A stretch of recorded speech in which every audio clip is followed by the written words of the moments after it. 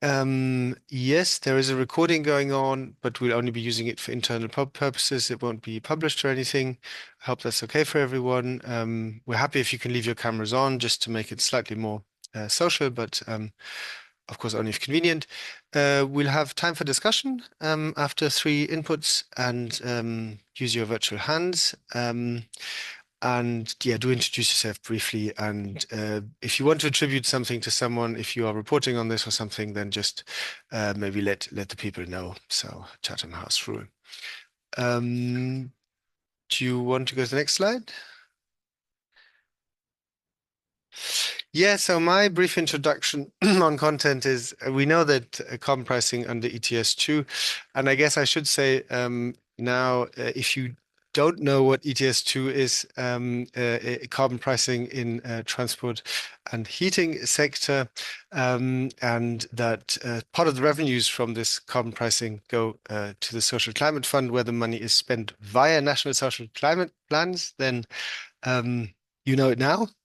Um, and my impression is ETS2 is being weakened and delayed. More support is being made available, but ETS2 transposition in key EU countries is unclear. Few NSCPs have been submitted. Chris will tell us more about that in a second. And on EU level, we also have risks, and Lea Nesselhauf will be able to tell us more about that. And the fossil fuel crisis, I think, is not going to go away so quickly. It could reduce fears of high ETS2 prices because the fuel prices are doing that. But it could also weaken the resolve if political actors think, well, we don't want another cost. And so with that, Anna, do you want to go to the next slide? I'm very happy to introduce you what I hope is a very promising set of speakers. We'll each provide about 10 minutes input, and then we move to discussion. With us to discuss the where we stand on EU countries' national social climate plans is Chris Retos from Resgroup, an NGO, but I guess better described as organized civil society, as it's a European Federation of Energy Communities. So organized citizens interested in energy topics. Then I wanted to invite someone who could speculate on the role of these fossil fuel prices on ETS2. I asked Wolf Peter Schill, who's here, and he modestly pointed out that he couldn't offer this, but then he offered something I think very valuable, which is looking at where we stand on moving away from fossil fuels in heat pumps and EVs. And these are basically the two largest technologies. And he would specialize on Germany, but which is 1/4 of the EU emissions under ETS2. So I think this is an absolutely key ingredient to know how things are going without ETS2, and therefore maybe how high ETS2 prices will rise. And where this all leaves us politically, we then have Lea Nesselhauf, who has been and is again working for Michael Bloss, MEP for the Greens, and who's been following developments closely. So I'd hand over to Chris, and over to you, please. Right. Good afternoon, everyone. Thanks a lot for having me. Do I share my slides or will you? It's better, Chris, for you to share, please. Yes. Because, yeah. Yeah, 1 second then.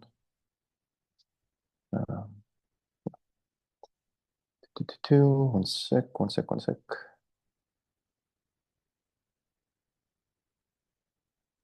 Okay. Yeah, so just wanted to do a quick stock take on what's happening around the social climate plans. Basically, as Resgroup, we've been leading this effort to bring together over 40 civil society organizations in the so-called Social Climate Fund Tracker.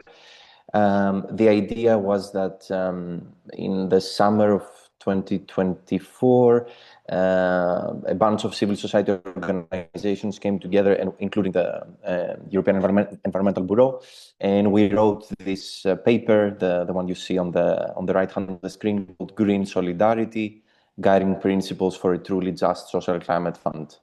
And the idea was that we put together 3 principles on what would the ideal, let's say, social climate plan look like in terms of effective public participation, in terms of empowering investments that help citizens move beyond fossil fuels, such as energy communities, public transport, housing cooperatives, and so on. And then thirdly, if a member state in its social climate plan has committed to mobilizing additional revenues beyond the mandatory 25% ETS2 revenues. And then on the back of this briefing, we created a tracker. You can see, yeah, it has been kind of chopped by the layout of the slide. Sorry for that. On the right hand of the screen. It's a live tool. I'm sure we can also share it in the chat afterwards. Basically, it's a website where we are mobilizing, as I said, over 40 organizations in an ongoing basis. As soon as a plan is submitted or published, we analyze it and we upload it to the tracker. So as you also probably know, there are 6 plans that are officially submitted: the Lithuanian, Greek, Croatian, Maltese, Dutch, and Latvian. There's 1 plan that is approved, which is the Swedish. And overall, we're hearing that, a lot of countries are in the process of final negotiations, but yeah, no other plan has been officially submitted.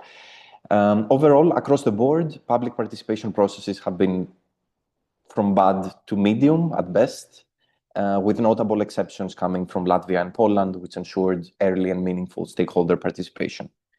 Yeah, so in the short presentation that will follow, I will, as I said, give a snapshot based on the latest findings from the tracker using these 3 principles. So public participation, empowering solutions, and mobilizing additional finance. So on public participation, the clear front runner has been Poland. We did, again, a joint civil society briefing in November of 2025, where we took stock, let's say, in a traffic light assessment of the public participation processes in the social climate plans.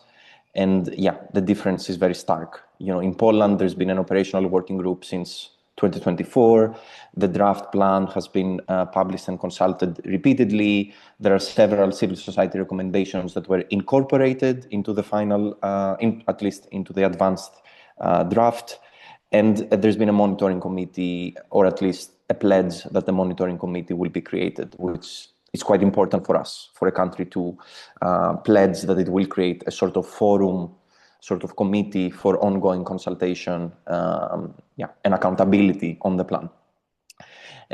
So again, with the exception of Poland, in all of the other cases, we've had weak signs of the fact that stakeholder feedback is eventually integrated into the final plan. And in terms of the monitoring committees specifically, it is mentioned concretely in the Polish plan, the Bulgarian plan, and the Estonian plan. It is mentioned concretely in the Polish, Croatian, Luxembourgish, and Romanian. And it's mentioned, but very loosely, so it's not like really a concrete commitment in the Bulgarian and the Estonian plans. So this is it in terms of the public participation. And then in terms of empowering and inclusive measures, as Rescoop, now this is a bit more personal, we're very happy to see that energy communities are reflected in many of the plans, including, I'm not going to read all of them, but including the Portuguese, the Maltese, the Cypriot, the Luxembourgish, and so on. One measure that we see in a couple of the plans that generally is quite positive is helping, let's say, vulnerable households, really taking them by the hand to help them with housing renovations. So this is what you see in the middle, the mentors, energy mentors, and one-stop shops to help citizens with renovations. This is foreseen in the plans of Bulgaria and Croatia. And this is super important because you can design a great subsidy, like cover 100% of the cost for the renovation of a household. But if you don't have supportive measures to really unlock the access, really taking citizens by the hand, then they're never going to apply for the subsidy. And then finally, another quite inclusive and interesting measure that we see particularly in the plans of Latvia and Estonia is transport on demand. So specifically for rural and isolated communities with vulnerable populations such as the elderly, the idea is to create a system that you can call a bus or a an electric taxi that comes on demand, picks you up, and takes you to your location, at any point, at any moment. But overall, what we're seeing is that there are still quite some problematic investments, such as, for example, in the plans of Greece and Italy, that the plans foresee support for hybrid cars, which, of course, lock users into continued fossil fuel investment. And then in the plans of Croatia and Latvia, you have the subsidies for hybrid boilers. And overall, across the board, we see quite some supportive reforms for renovations, as I said, but we don't see any sort of reforms or addressing the issues around renovictions, so evictions following a renovation, the issue of split incentives, so how do you incentivize a landlord to renovate a house that's being occupied by renters, and how do you support vulnerable households in actually implementing renovations. As we said, some countries are taking up measures like mentorships and one-stop shops, but not enough. This is not seen enough. So this is an issue definitely for the case of Portugal, and I'm sure the colleagues from Zero can say more, that there's quite some measures in the plan around the renovations, but the plan doesn't go that final mile of saying, okay, but how will the energy poor households actually be supported to apply to the subsidies? And across the board, there's a lack of reforms. So I think the only exception that at least personally I have seen is the Netherlands. In its plan, it has said that it will block lower energy class buildings from the rental market from 2029 onwards. But overall, member states have missed the opportunity to include other reforms in their plans and have opted just for investments. So I don't know how much that hinders the transformative potential of the plans. And last but not least, in terms of our third criterion for assessment, mobilizing additional funds beyond the 25% ETS2, several countries in their plans mention that the social climate plan builds on existing investments from the RRF or the European Regional Development Fund, but no member state has committed to mobilizing beyond the minimum. So this is definitely a missed opportunity, especially in light of the Iran war, that, if we could top up the social climate fund, this could really help people cushion the impacts of the Iran war right now. Positively, DG Klima has said that it is looking into ways to expand the social climate fund. This is difficult right now because it effectively would require revising the social climate fund regulation. And in the current political climate, this could only go backwards. But this is definitely a battleground for us. How can we top up the social climate fund to really reach more households and small businesses? And I want to close with a kind of open question for everyone and maybe to spark a conversation. Could the Iran war be a narrative opportunity for us? Could we basically say to member states that if you expedite your plan, if you really submit it and finalize it and put it in place, you could use the front-loading facility of the European Investment Bank and already unlock money in 2026 and start putting money into your economy for renovations, for public transport, and protecting people even faster. So could this be a leverage, kind of like a narrative opportunity, also for the Irish presidency, that we know Ireland is facing huge protests around fuel costs right now? So this is kind of the open question. I don't know if there's time to tackle it now or in the end, but I leave you maybe with this food for thought of how can we use the Iran war to revive political momentum around social climate fund. Great. Thank you very, very much, Chris. No, that was very interesting. I'm sure many of you have heard of these individual plans for the first time, so very interesting. Poland, an unlikely frontrunner, to be honest.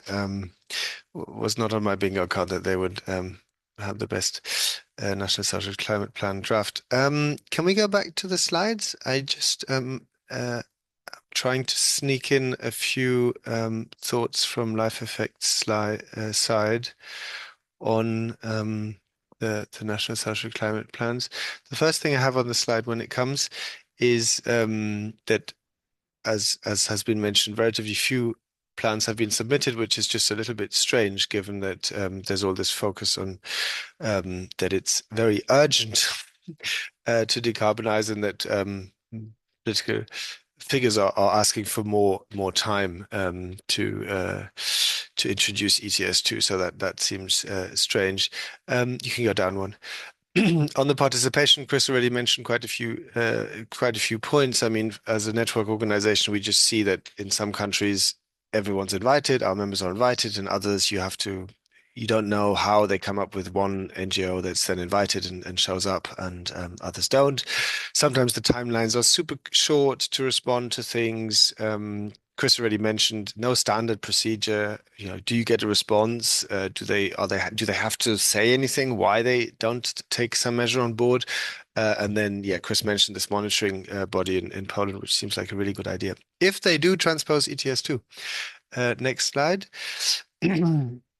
And then, yes, if we think of what we had asked for, which is that the vulnerable be effectively targeted, and we just see this very, very wide variation who will get money out of these funds, and to an extent that's probably democratically warranted, but to an extent it's also questionable. And finally, direct income support is not dead. I think this is quite interesting because there was felt like quite a large discussion sort of 2 years ago, and then it died off a little bit.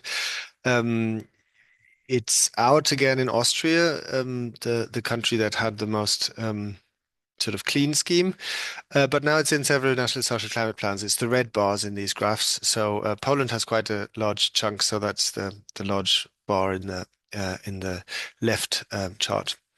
And now I think it's going to be very exciting to see how this works out in public opinion. And then I have just one final one, which is on political commitment. It just seems very clear that all these measures that are being proposed will work more or less well, depending on the other political signals that are sent, or actors actually doing everything in favor of electromobility, mode switch to public transport, bicycles, why not? But also heating decarbonization. There doesn't seem to be any clear communication strategy to say, look, we're doing this transition together, and it would be so valuable. The European Commission could make clear what happens if some countries don't transpose ETS2 legislation, to make it more certain that it will come for the other countries. And finally, it's very strange that we don't have a clear indication what prices are likely to be. We can look at these future markets, but a friend just sent me an analysis how few futures are actually being exchanged on the market. So we still really don't know what the prices will be, and it would be nice to have some more transparency. And of course, yeah, what to do with the non-SCF ETS2 revenues. So more questions from my side, but partly these questions relate to decarbonization trends in these two big sectors. And we have Wolf Peter, who is going to give us some ideas on heat pumps and EVs in Germany. Over to you, Wolf. All right. Thank you, Luke. Thanks for the invitation. I'm sharing my screen. Does it work? Perfect. Yes. All right. So yeah, thank you for the invitation. We were talking about front runners in the previous one. So we'll talk about Germany. It's a bit selective, and Germany is not really a front runner when it comes to electrification, but nonetheless, I hope this is of interest. Just very briefly, why am I here? Because Luke asked me. I'm with the German Institute for Economic Research, DRW Berlin, and I've been here for quite some time. And I'm leading a little division called Transformation of the Energy Economy. And what we do here in my division is mainly energy system modeling. So we are modeling the transition towards renewables and sector coupling or electrification, with a particular focus on flexibility and storage.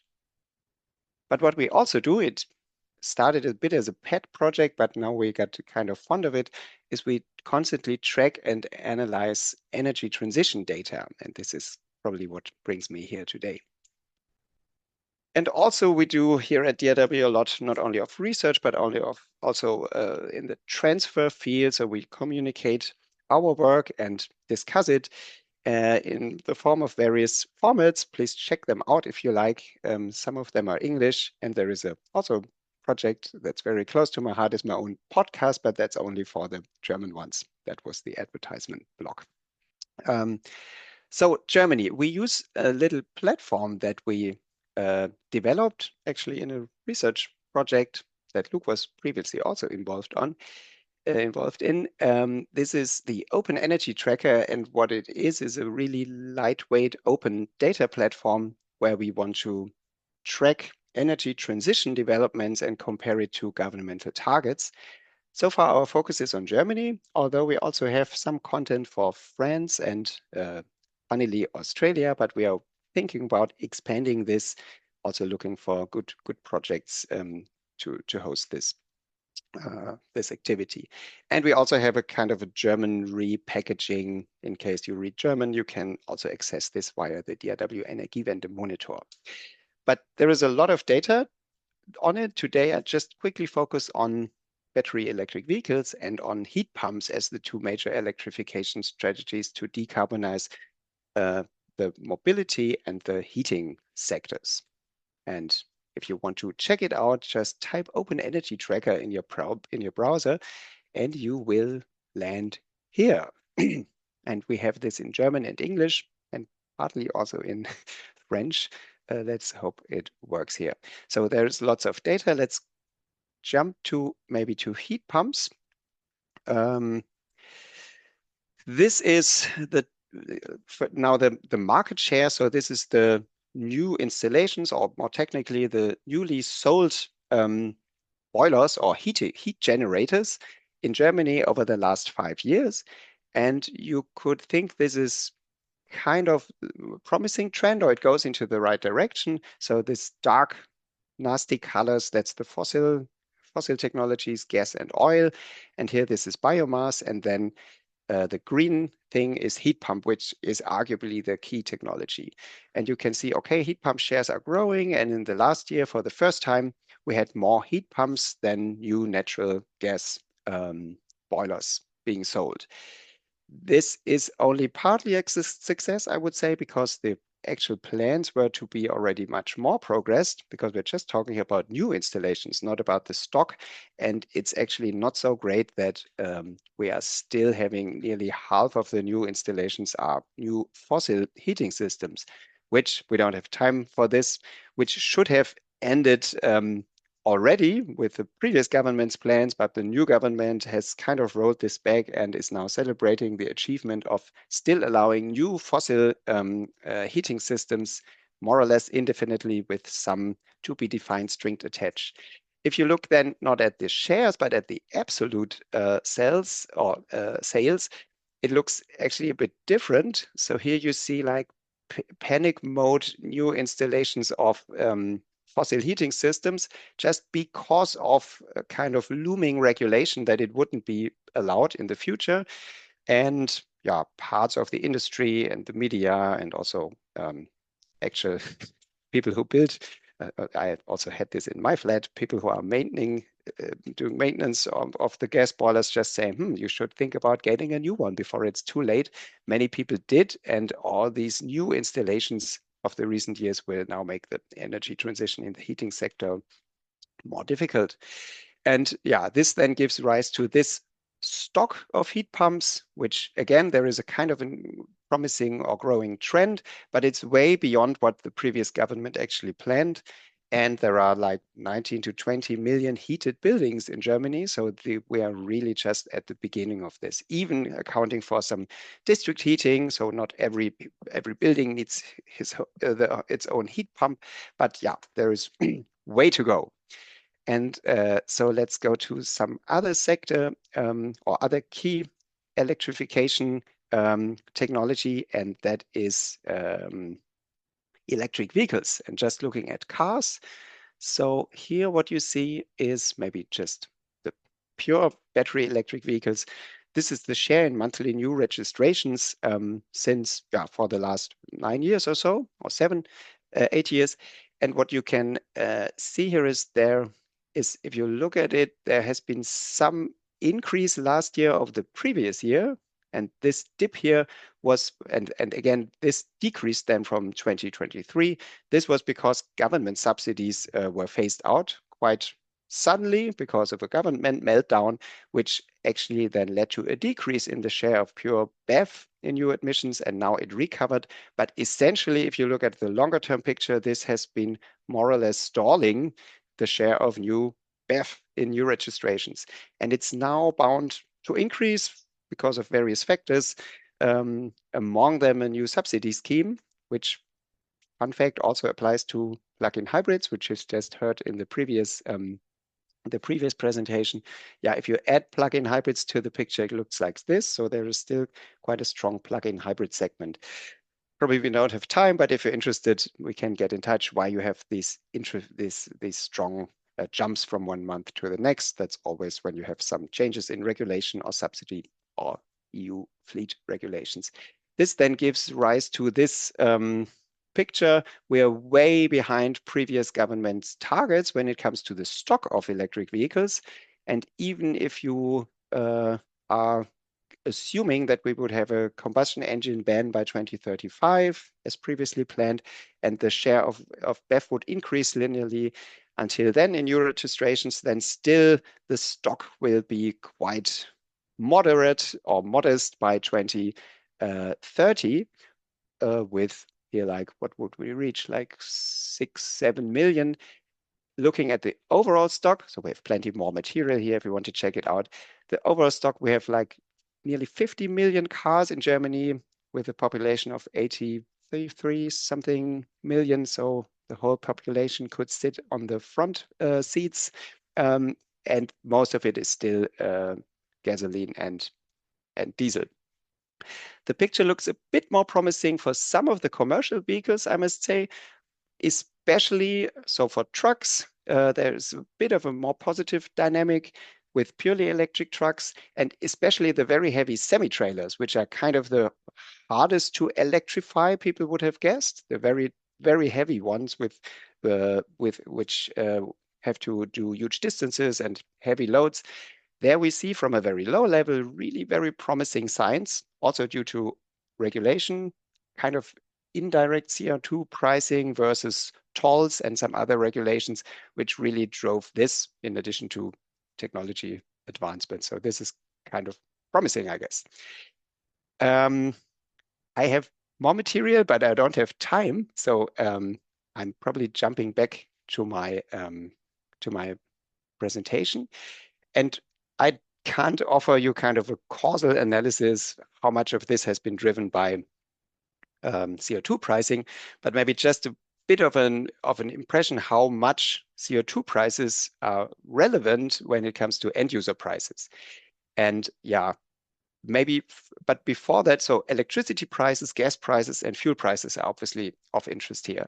Jumping back to our open energy tracker, if we look at electricity prices, I think maybe you've seen it, something like this, like a long time series. Electricity prices are very high in Germany, and they have been growing substantially after liberalization in 1998, obviously with record levels in the crisis after Russia invaded Ukraine.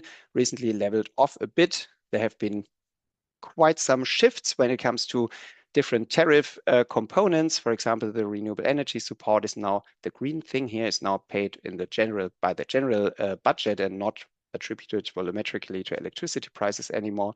What I find always striking is if you don't look at this in current prices, but in real prices, then it actually looks much more stable, except for this energy prices component here. And electricity prices are actually rather decreasing in real terms than increasing. Then gas prices. So I resort here to the industry association. And if you look at gas prices, similar picture, they have increased quite a bit. Sorry, this is German. And you see here what is the direct CO2 component, which we can't see in electricity prices, obviously, but here for gas prices and also for fuel prices, we have our national CO2 price, which is from a national emissions trading system, which effectively is just a tax, but for technical reasons, it's an emissions trading system with a fixed price. Until last year it was 55 euros per ton, and this year it will float in a corridor between 55 and 65 euros per ton. And you see here end user price this is for one family homes, natural gas. It's around 11-ish cents per kilowatt hours. And around a third of this is taxes and levies and surcharges. And again, of these taxes, around 1 cent is then the CO2 price. That gives you like a good 10% or so of your final end user price in natural gas is currently CO2 price. So it's not nothing, but it's not exceedingly high. And if we, sorry, I have to move this. If we then move to fuel prices, like at the pump. So this is from the German Car Association. It just didn't have better data at hand for gasoline and for diesel. These are current. Oh, sorry. This is sorry, I got the wrong one. So here it's 2026. So currently we have like 2 euros per liter prices roughly. And what you can see is again our national emission pricing leads to less than 10% of this. It's true both for gasoline and for diesel. So other taxes and other taxes have a higher component. For example, the value-added tax here, that is actually bigger, and the energy tax. So the dedicated CO2 tax is actually not the main part of this, which then obviously both for natural gas and for gasoline raises the question, how much can you actually increase this CO2 price component from the 55 euro per ton level that you see here until it really has an effect to drive investments and consumer choices. And with this, I jump back to my presentation and promise to wrap up quickly. Here I did some very quick and dirty thing just to prepare for this meeting.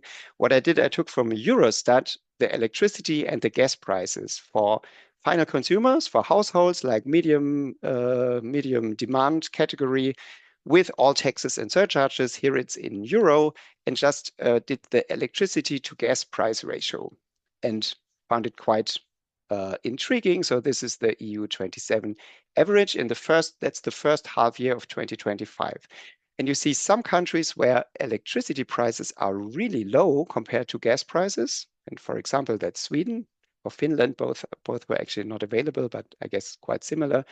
While for Germany and some others, it's the opposite. So here, electricity is relatively expensive compared to gas. And that is obviously very important for electrification. If you want to convince people to use heat pumps, then you have to either make electricity prices cheaper or gas prices more expensive, or both.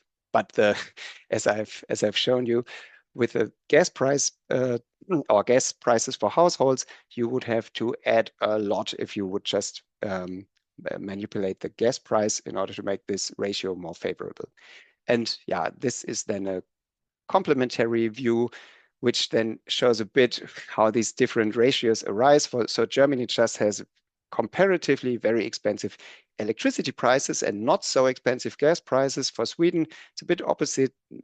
It's kind of a medium electricity price, but very expensive gas prices for final consumers. So, and it would be cool to do this also for fuel prices. Probably we would also be interested to add some content of this on our data platform. But just some thoughts for the further discussion.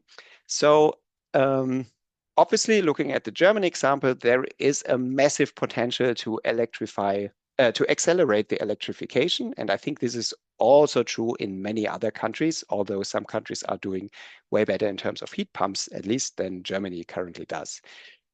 And I would say, yes, of course, carbon pricing can in general support this, but just looking at at what is the adder of carbon pricing to our end user prices already with our 55 euros we have today, I think it's quite unlikely that higher carbon prices via an ETS2 or maybe also some other instruments will be a main driver for further electrification or for accelerating it.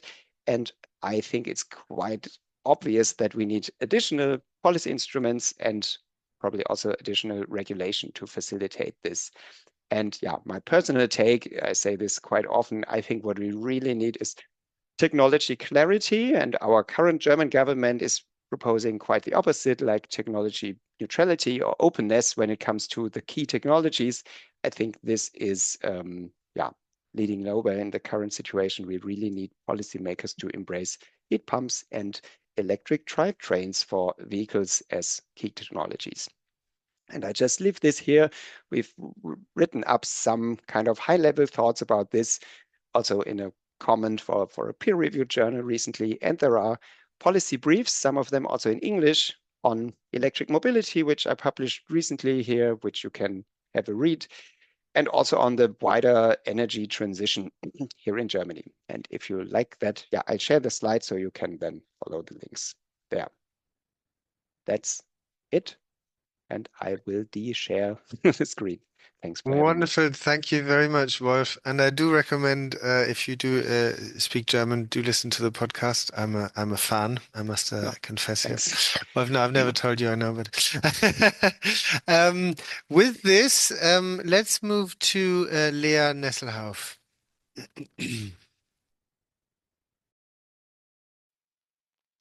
Yes, thank you so much. And yeah, great.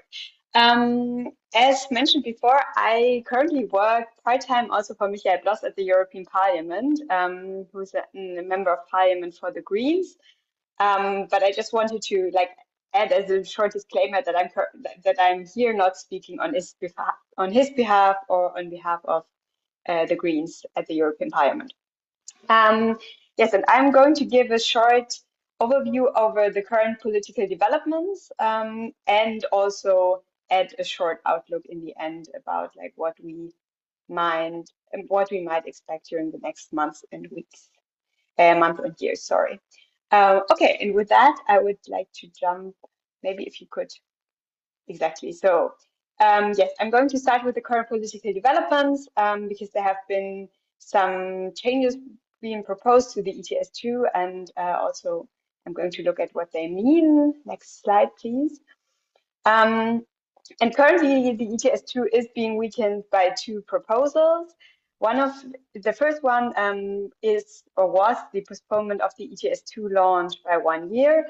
Originally, the ETS2 was supposed to start in 2027, and now it's been postponed to 2028.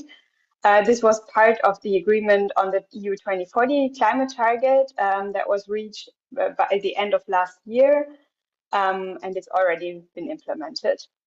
The second proposal by the Commission concerns changes to the Market Stability Reserve, the so-called MSR2. Maybe as a short explanation, the MSR is basically a buffer or a pool of additional allowances. It contains around 600 million allowances, and they are supposed to be released when certain price triggers are met. That's the most important rule here, I think. And the idea was to basically have an insurance or a safety measure in cases the prices go up too high. So that's kind of the disclaimer on what the MSR is and how it functions, more or less. But of course, the rules on how many allowances are being released is very important both for the prices, but of course also for the climate impact, because more allowances also mean more emissions. And yes, as I mentioned, the Commission published a proposal at the end of November last year, following a letter signed by 60 member states and initiated by the Czech Republic. They called for, oh, sorry, there's a spelling mistake there, calling for measures like this. The interesting part here is that the Commission actually published that already after the 2040 climate target agreement was reached. which was kind of interesting in the political debate back then, because yes, it was under attack, like the ETS2, but like you could have expected that it was more or less settled with a postponement, but then the Commission also came with this second proposal. And the Council adopted the proposal without changes in February 2026, so they went quite fast. The proposal is not yet through the European Parliament. Last week, the ENVI committee adopted its position, and the plenary vote is actually scheduled for Wednesday this week. So yeah, we will see what we can expect there. None of the proposals were accompanied by an impact assessment, which makes it kind of difficult to determine its impact. I will come to that a little bit later. And maybe just to give like a complete picture here, because I'm painting quite a gloomy picture. The Commission also proposed a launch of earlier auctions and a front-loading facility with the European Investment Bank to front-load revenues. And both measures were intended to stabilize the ETS2 and also to make revenues available at an earlier time to basically support also households with low income. So I mean, these are like two more positive things that were part of this overall kind of mini reform on the ETS2. But now I'm going to look a little bit deeper into the market stability reserve proposal that's currently being discussed. Next slide, please. And this proposal, this Commission proposal basically contains three elements. One of it is like a reinforcement of the release mechanism. So before it was only about 20 million allowances could be released per year. And now the Commission increased both the frequency, like how often they can be released, and also the amount of each release. So basically, the amount of allowances now with this proposal would go up from 20 to 80 million, which obviously also means more emissions.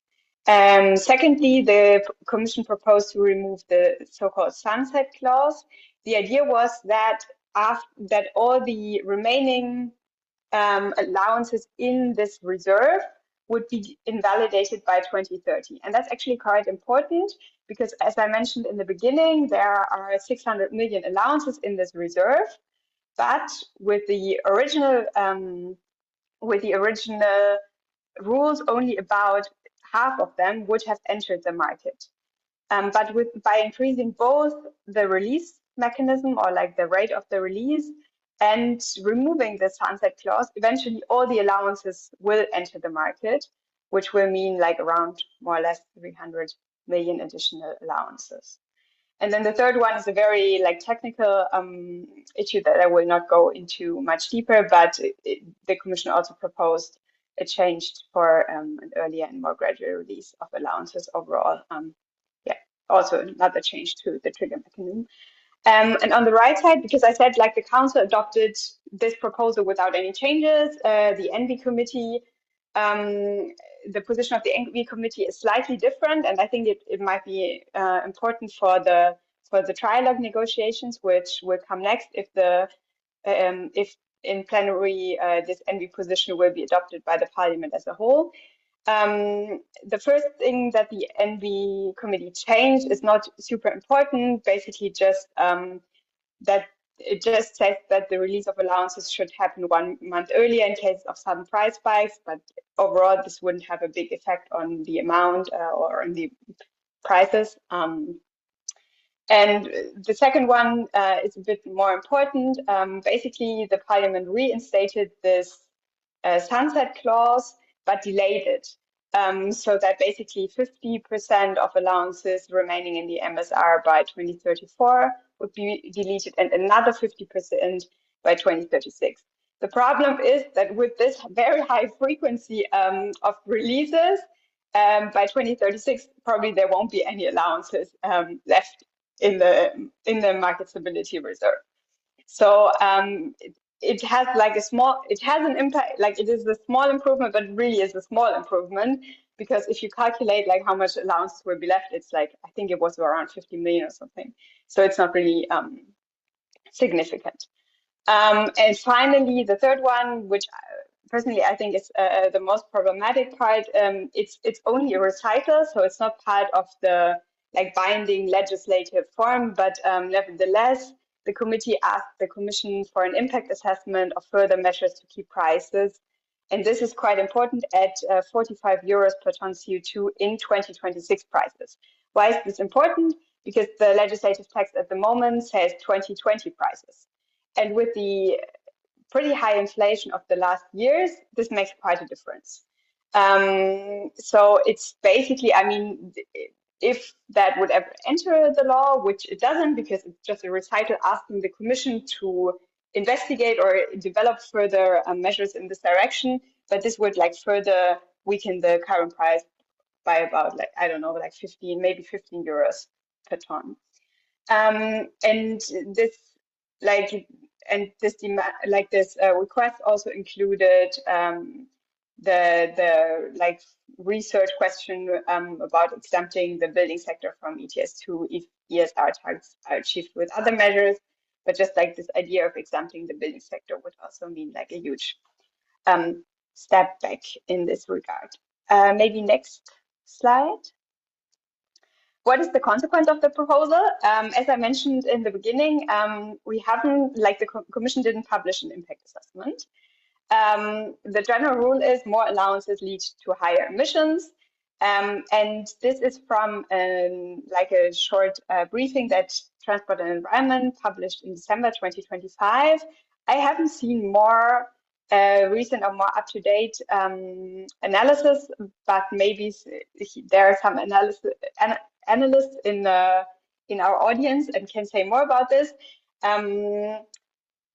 These were some projections, and they only concern the MSR changes, not the postponement of the ETS by 1 year.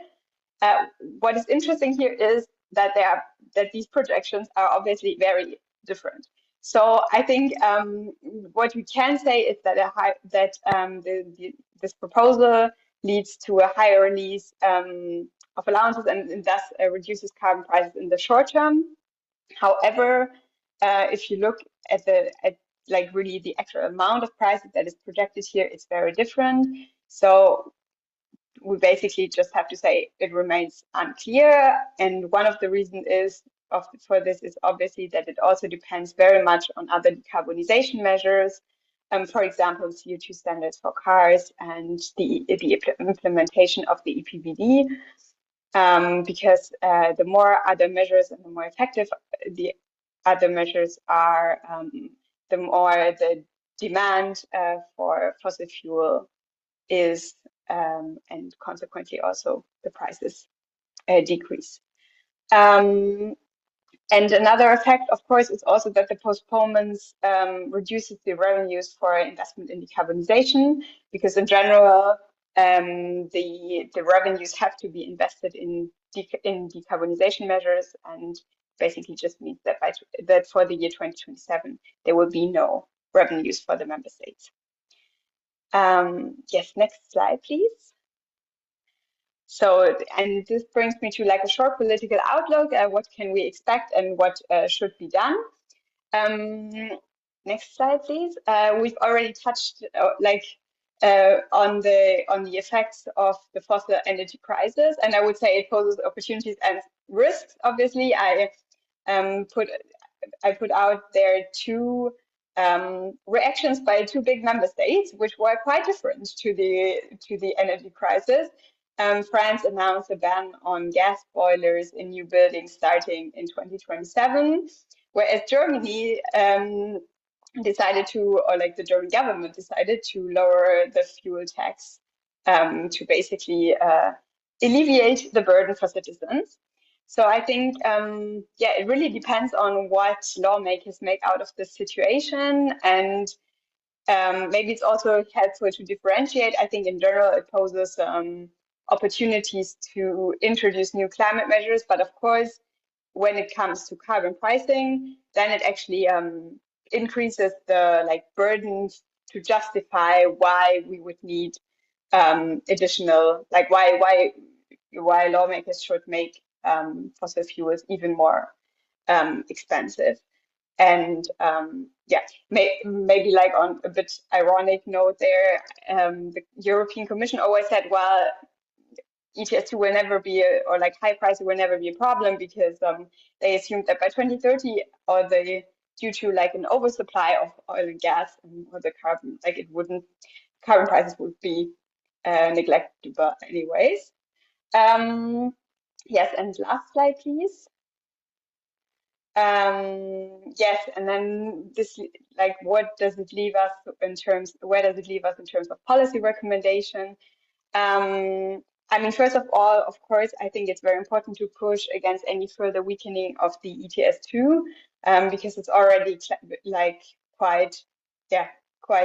been weakened quite a lot. And I think, unfortunately, this is also not the end of the debate, as the recital that I just showed you from the Envy Committee has shown. There are still more requests to lower prices further and further. And of course, there are also some member states that are not happy with the ETS2 at all. Like, for example, Poland and Hungary posed like two statements when the 2040 climate target was agreed upon, that they really didn't like the ETS2 and wanted to lower it. And then, yes, I already mentioned the importance of complementary policy measures, both in terms of targeted investment support and regulatory measures. On the right side, you can see a BNEF analysis from last year that showed that if you combine strong standards for the road and building sectors and recycling revenues, that you could then lower the average ETS2 prices by 38% by 2030. So quite a big impact, and I think it's very important to push for that too. And finally, that's also very much linked to the complementary policy measures. Of course, avoid fossil fuel lock-ins of vulnerable groups by providing targeted investment support. Well, Peter has already talked a lot about the gas electricity price ratio, so I will just jump over this taxation issue, but I think it will become an issue again, trying to counterbalance this increase of fossil fuel price by reducing taxation. That way we could see. And maybe the last point is to safeguard existing national carbon prices by introducing national carbon minimum prices in the member states that already have a carbon price. Because obviously, personally, I think that maybe like this uniform carbon price across all member states is like the design, the design mistake of the ETS2 overall, since obviously like 50 euros per ton CO2 for Germany mean a step back, but for other member states actually mean a huge increase. So yes, I think it's important to safeguard a high level of carbon pricing that already exists. It may be, but that's maybe also like already start for the discussion later, maybe at some point also thinking about whether some member states like Sweden and Germany that already have quite a high level of carbon pricing could form with others that have like a similar level, form like alliances to go forward, instead of like trying to get everyone on board for the same carbon price, because my worry is that this will in the end just mean a race to the bottom, because some member states simply will not be happy with 45 euros per ton, and this debate about indexation to 2026 prices already shows where we might be heading with that. Yes, maybe so much from my side, and thank you for your attention. Wonderful. Thank you so much, Leah. Very interesting. So yes, things are happening in different directions. I see half full and half empty glasses. But I'd really like to hear from people in the room. There's some very interesting chats going on in the chat. So yeah, do feel free to comment on those orally. I think it's always nice to hear some different voices. So yeah, do raise your little hands. Otherwise, I can reflect on the interesting things I read in the chat. So very interesting that immediately people from Germany and France contextualized the things after Leah put Germany and France on the slides. So yes, interesting to see what happens in France, where a measure for vulnerable households has been proposed. But yeah, we don't know the details. Etienne, please do come in. Oh yeah, I just can reflect a little bit of what's happening in France. So first of all, France will not transpose ETS2 until after the presidential elections, or it would be a major surprise. But we had a lot of meetings with the government, and yeah, that's definitely not in the pipe. And just to say that, yeah, the electrification plan announced by the Prime Minister is going in the right direction, okay, but it's largely made of previously announced measures, and especially the ban on gas boilers in buildings. It was announced for years, or it's only concerning hybrid. That's what you have to remember. The announce it's yeah, really small, I would say, and otherwise all the announces about social leasing and so on, it's interesting, but they really lack funding. So, and they are gradually supporting more and more sectors for big drivers. They call that gros rouleurs, so big drivers. I just posted a link in the chat. It's for about 3 million households that will see their fuel prices lowered, and also you have sectoral measures for fishermen and so on. So yeah, just to contextualize a bit. Wonderful. Yes. Thank you very much. And yeah, big difference from a climate perspective, whether it's measures that reduce the price or just give people the money unconditionally. Yeah, any other thoughts, reflections in the room? I mean, yeah, Emma, please. Thank you, Luke, and thank you for several interesting presentations. I wanted to pick up on the MSR analysis that you shared, Leah, and the assessment. We've been also following this close in the Life Effect Consortium, being very concerned with the proposal that the Commission put forward, because we think it really goes too far in putting the climate integrity of the proposal at risk. But we do also see that the position that was found in Envy, that it took a step in the right direction, which we thought was a very welcome sign in the overall ETS2 debate, that there was some resistance shown with reinstalling the sunset clause, not completely removing it as first suggested. And we were also happy to see in the recitals calls to strengthen the front-loading facility to make sure that it's not only the 3 billions that was announced, but it could be the full go for another round and be 6 billion, and to encourage member states to or also to extend and expand the social climate fund. And one point that we thought was that we've been pushing in this context is also that was included in the compromise in ENVI, but not in a binding way, was to encourage member states to use any extra MSR2 allowances released, to use the revenues from these extra allowances towards the social climate fund, and in that way boosting support to vulnerable households. Because the MSR2 reform mainly, it came as a reaction partly to concerns for social impact of ETS2, and actually making sure that money from these extra revenues go to vulnerable households could be one way, at least making sure that the MSR2 has a positive impact. So there is some non-binding language now on this, encouraging member states to use extra revenues from the MSR2 to vulnerable households.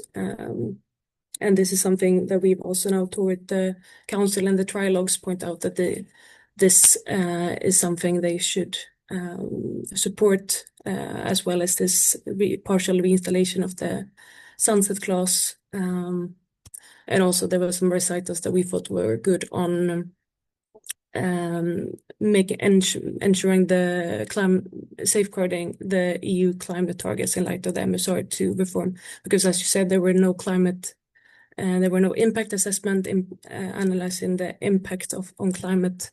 So at least there was something good on that in the recitals. Thanks.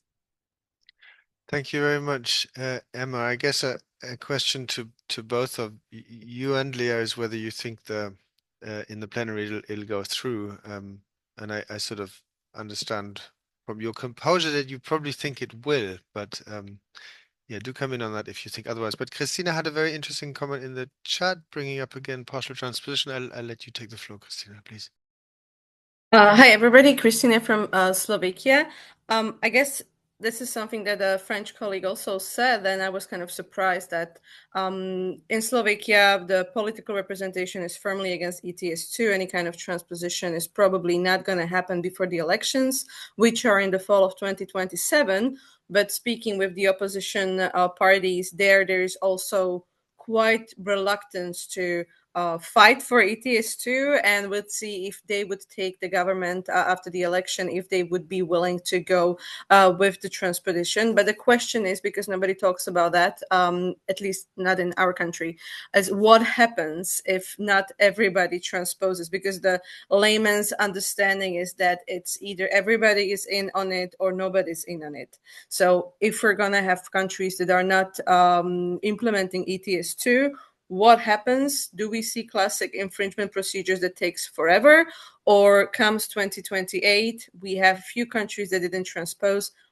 What can we expect, and what can we work with in terms of arguments? And for Slovakia, it is a different situation than for France, because usually when it comes to a reluctance to transpose European legislation, we can always say, oh, but there in the end we're going to be forced to do it because we're small and we're the last ones and we can't be like holding everybody back. But if it's France that is not transposing, that is a whole different kind of situation, which makes us not want to transpose even more, but also losing the argument saying that there is going to be pressure on us to work with the bloc as opposed to against it.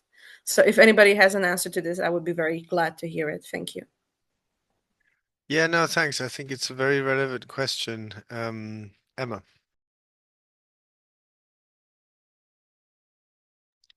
Yes, Emma, please. Thank you, Luke. Yes, I can answer to that question. So what the Commission has done is that they clarified in a recent change to the auctioning regulation. They clarified that the ETS2 system can get up and running even if not all countries have transposed the legislation. But that would then also mean that these members wouldn't have access to revenues, etc., etc. But that the system could still get up and running. You wouldn't wait. But then, of course, as you say, it's a big difference. If it's a small country or a big country, this has not been clarified. But the Commission has clarified it can still get up and running. And otherwise, it is the normal infringement procedure that you mentioned that the Commission would initiate. But this is the information I have on this. And then maybe if I can answer to the question you had, Luke, on the MSR2, is that we indeed think it is likely that it will pass in plenary. There are some worrying proposals in amendments that will be put forward in the plenary to further delay or to completely suspend the system. But all of these amendments have only come from the ESR group and Patriots, which reduces the risk that members that are ETS2 skeptical from the other groups would support these, keeping the distance to these groups. So this was something we thought was positive, that these type of amendments weren't put forward by EPP, which could have put the political compromise more at risk, so to say. Yes. Thank you. Great. Thank you very much for those clarifications. And maybe just on the sort of starting the system without everyone, I think the communication just, yeah, for strategic reasons, they don't want to highlight this fact that they're preparing for not everyone to implement. Leah.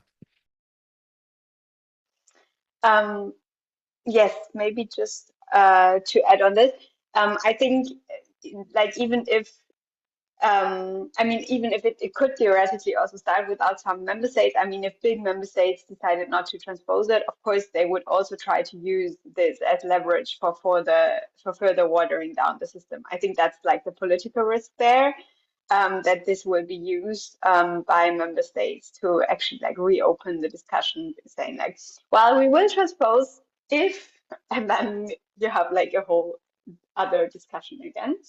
So yes, I'm a bit worried about that, to be honest. And yes, otherwise I share Emma's optimism, even though yeah, you never know what happens in plenary, and also the EPP is a bit yes, it's a bit unpredictable. But I hope so too. Yes. Very interesting to follow Strasbourg then this week. Etienne. Yes, just to complement about the comment about what do we do if they don't transpose and so on. So I had an interesting discussion with the deputy chief of staff of the to the Minister of the Ecology in France, and he said first of all that the pressure of transposing European legislation is kind of released because of all the omnibuses they launched, CSRD and so on. So they don't have that much this pressure anymore.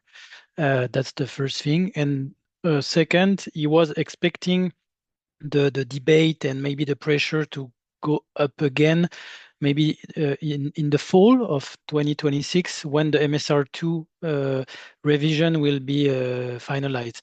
And then he expects maybe the commissions to have a bit of leverage to launch infringement procedures and so on. So before that, no. So I think the last leverage for all those member states who don't want to transpose is the commission and the political pressure it would put after the MSR2 revision is done. Okay, yeah. So this revision over the summer is also something, yeah, in the Life Effect Consortium we've been thinking about a lot. And I don't know, Ishleni or someone from Zero, would anyone like to briefly describe the campaign idea? Yes. Hello, everyone. I'm Shleni from Zero. We are preparing in the scope of our project Life Effect, a campaign on ETS2. And we are now we had the message testing running to see how would be the best angle for us to approach in the petition. And if you are interested to know a little bit more about the campaign, please approach me. I can share here my email just to don't take that much space here. But it would be really important for us to have the support of everyone to be helping in sharing, disseminating the materials of the campaign. And also we tested the message in Portugal and also Italy, Belgium, Germany, Greece, Poland, Czechia. So we have an interesting group of member states that we test the message. And if you are interested in working with us, just feel free to contact me. And thank you very much. Great. Thanks, Ishleni. Do leave your email in the chat. Any other questions, thoughts, comments?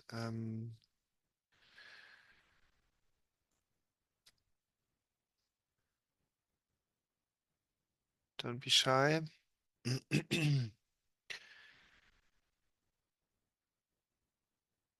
Just going through the chat again.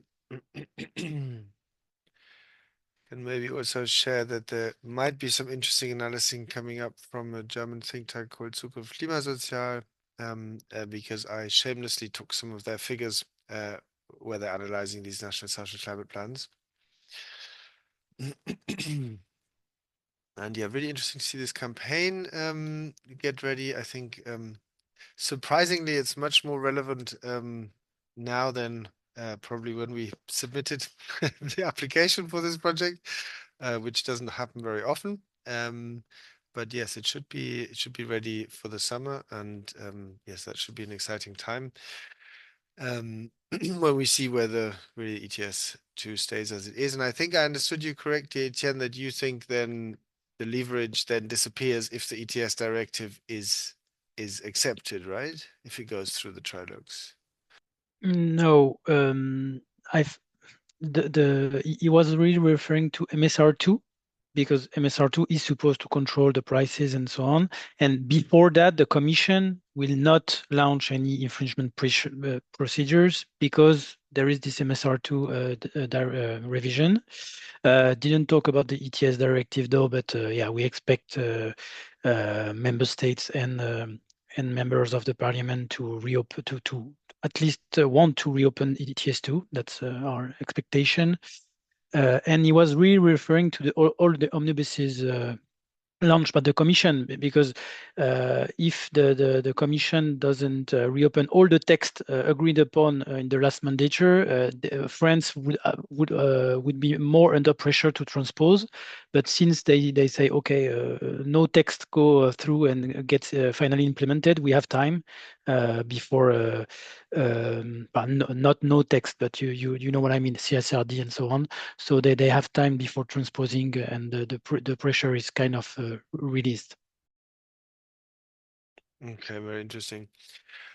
But I guess the MSR2 decision could go through fairly swiftly. I don't know whether we have an idea of a timeline for this. So I know that we had the rapporteur Nerodova from EPP in an event last week, and yeah, she said she's been talking to council members already, and yeah, she seems fairly confident. Don't know whether others have any idea.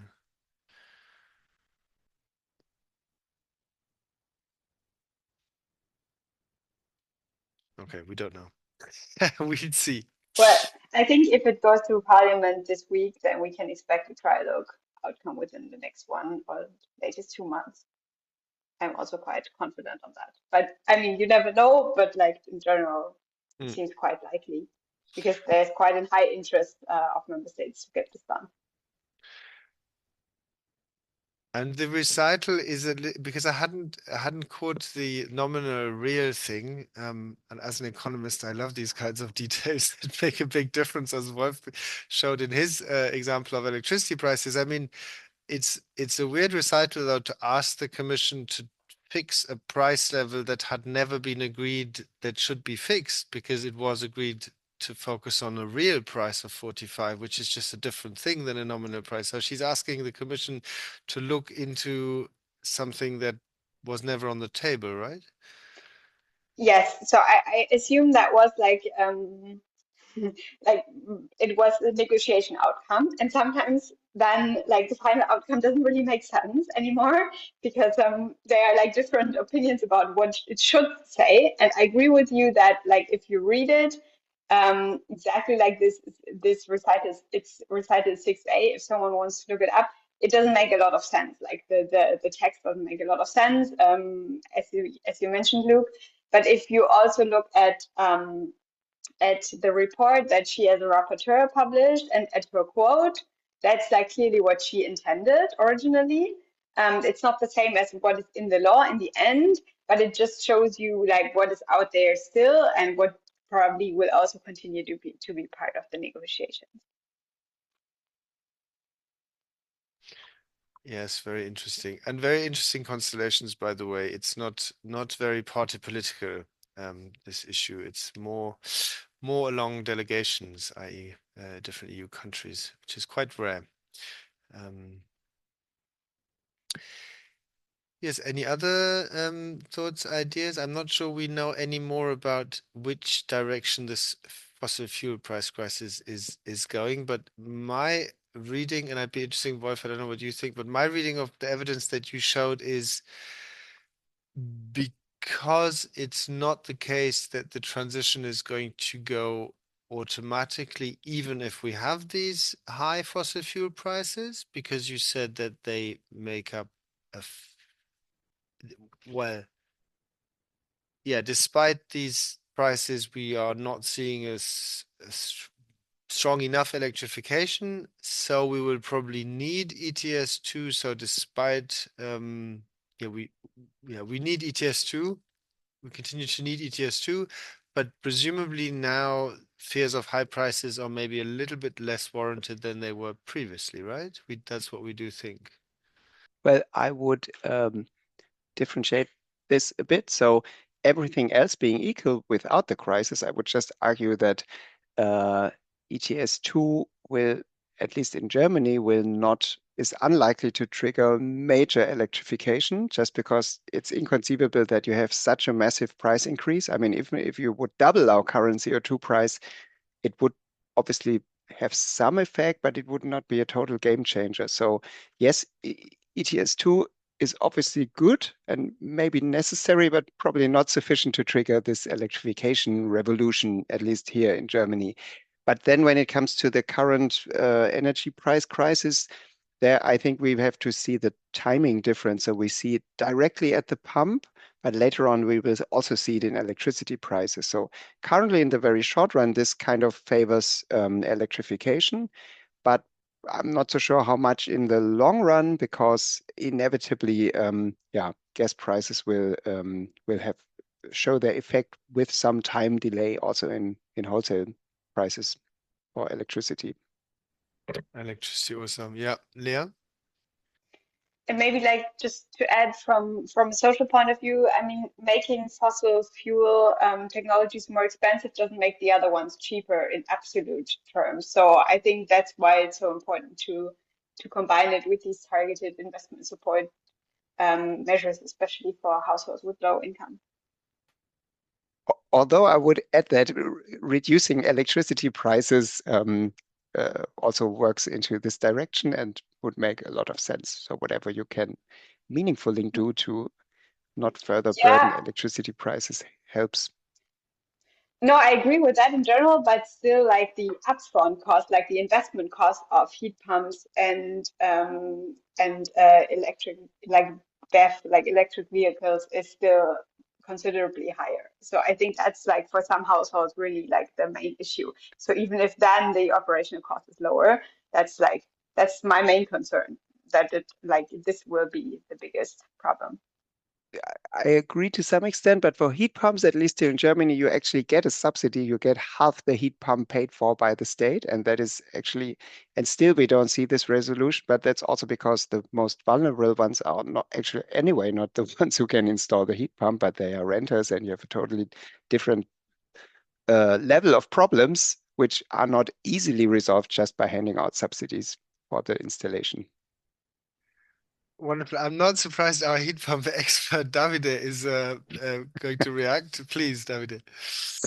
Just saying that yes, there are a number of known economic or known financial aspects that are really coming in the way of boosting heat pumps for low income households in Germany. Number one problem is the bottleneck of the amount of the installers, and number two problem is the fact they had a very strong lobby. And so the very same product that you buy for 3,000 euros or 4,000 euros in China, it costs 10,000 euros in the Netherlands and 35,000 euros in Germany. I know what I'm talking because I've just seen an analysis from a guy who was just doing only this, and very recently.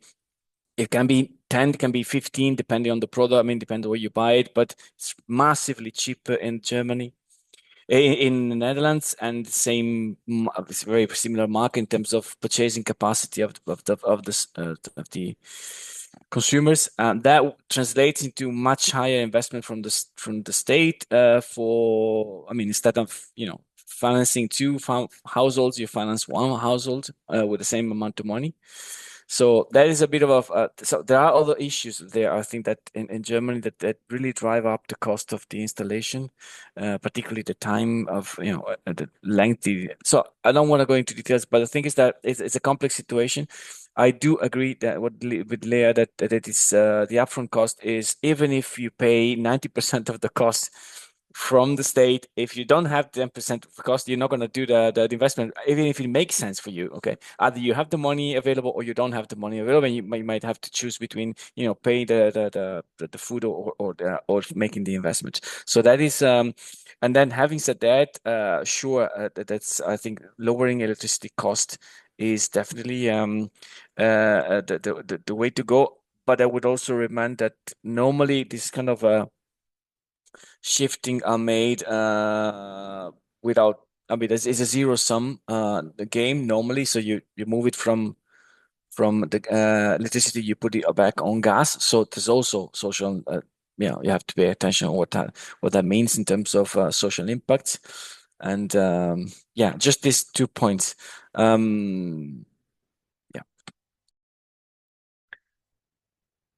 Great. Thanks, Davide.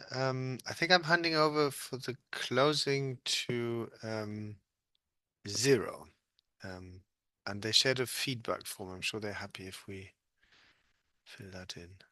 Ishleni, are you taking over? Or? Yes, I'm here. Hello, everyone, again. Just to close this session, thank you very much for all the speakers, for Luke for moderating the session, for all the participants. Thank you very much. We'll be sharing these presentations with you in the follow-up email. Also, we have the video that will be shared in the YouTube from Carbon Market Watch and also Zero.